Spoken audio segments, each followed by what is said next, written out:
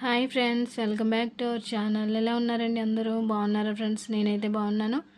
మీరు కూడా బాగుండాలని అయితే మనస్ఫూర్తిగా కోరుకుంటున్నానండి. అందరికీ good morning and good afternoon అండి. ఇక్కడ వచ్చి నేను మేక తలకాయ మాంసం కర్రీ అయితే ప్రిపేర్ చేశానండి. అది ఎలా ప్రిపేర్ చేశాను ఏంటి అనేది వీడియో అయితే లాస్ట్ వరకు స్కిప్ చేయకుండా చూడండి. మనకి రైస్లోకి కానీ రాగి సంగటిలోకి కానీ ఈ కర్రీ అనేది మనకి చాలా బాగుంటుందండి.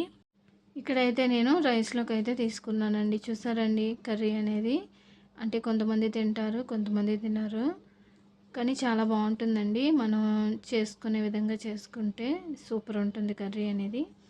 ఇక్కడ నేను కర్రీ ఎలా ప్రిపేర్ చేశాను అనేది చూడండి ఫ్రెండ్స్. ఇక్కడ నేనైతే చక్కగా బయటే కొట్టించుకొచ్చేసారండి మాంసాన్ని.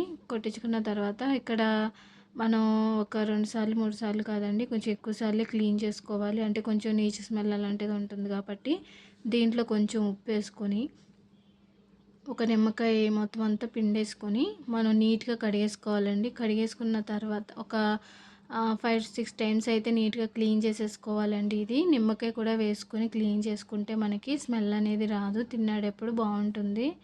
ఇక్కడ నేనైతే చక్కగా మొత్తం మాంసాన్ని అంతా కూడా క్లీన్ చేసేసుకున్నాను. ఇక్కడ వచ్చి నేను ముందుగా కుక్కర్లో విజిల్స్ వేయించిన తర్వాత కర్రీ అనేది ప్రిపేర్ చేస్తానండి.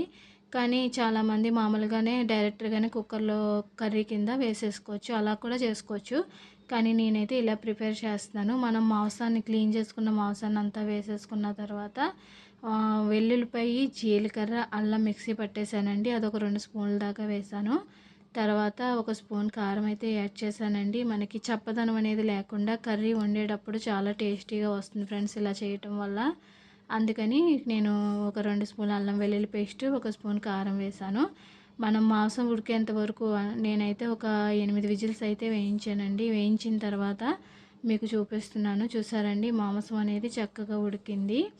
ఇక్కడ మనం ఒక 8-9 విజిల్స్ వేయితే సరిపోతుంది మనం మాంసం ఉడికేదాన్ని బట్టి.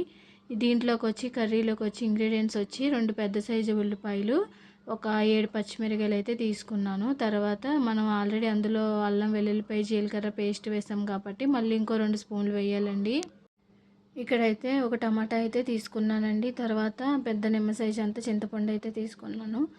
చింతపండు వేస్తున్నాం కాబట్టి టమాటా అనేది నేను ఒకటే తీసుకున్నాను. కావాలంటే మీరు 2-3 టమాటాలు వేసుకోవచ్చు. నెక్స్ట్ ప్రాసెస్ వచ్చి మనం ఈ కర్రీ కోసం ఆయిల్ అనేది కొంచెం ఎక్కువగానే తీసుకోవాలండి. ఇక్కడ నేను ఆయిల్ అనేది కొంచెం ఎక్కువగానే వేసాను. ఆయిల్ కొంచెం వేడైన తర్వాత మనం దీంట్లో కట్ చేసుకున్న ఉల్లిపాయ, పచ్చిమిర్చి ముందుగా వేసుకోవాలి.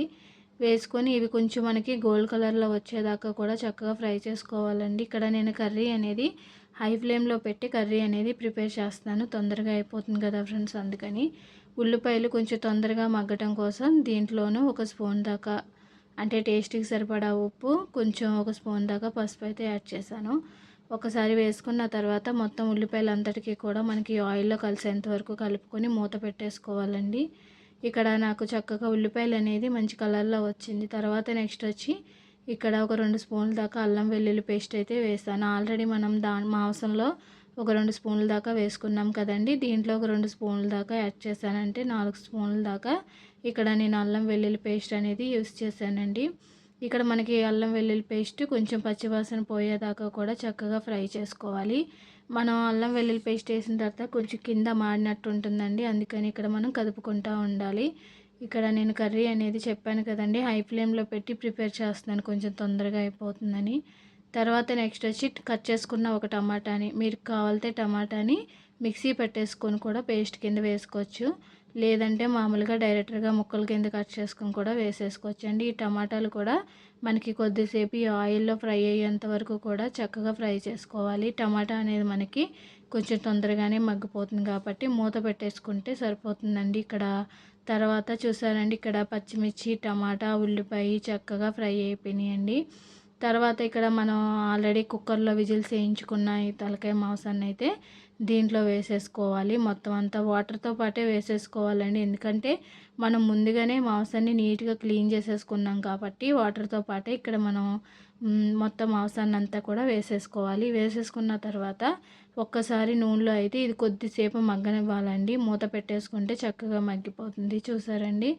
తర్వాత వచ్చి ఇక్కడ నేను ఒక 2 స్పూన్ల దాకా ధనియాల పొడి వేసుకుంటున్నాను. ఒక 3 స్పూన్ల దాకా కారం అనేది వేస్తున్నాను. పిల్లలు తినరు కాబట్టి కొంచెం స్పైసీగానే ఇక్కడ నేను కర్రీ అనేది ప్రిపేర్ చేస్తున్నానండి. ఇందులో కారం కొంచెం ఎక్కువగా వేసుకుంటేనే మనకి కర్రీ అనేది టేస్ట్ చాలా బాగుంటుంది. ఇక్కడైతే నేను కారం వేసేసుకున్న తర్వాత ఒక్కసారి చక్కగా కలిపేసుకోవాలండి. ఈ మాంసానికి అంతా కూడా మనం వేసిన మసాలా అంతా కూడా చక్కగా కలిసేంత వరకు కూడా కలిపేసుకోవాలి. ఇక్కడ కలిసిన తర్వాత మనం చింతపండును అనేది నేను ఇక్కడ గుజ్జు తీసి పెట్టుకున్నానండి. ఆ చింతపండు గుజ్జును కూడా వాటర్ అనేది మనం దీంట్లో వేసేసుకోవాలి. తర్వాత ఒక గ్లాసున్నర దాకా మామూలు వాటర్ అయితే వేసుకున్నానండి.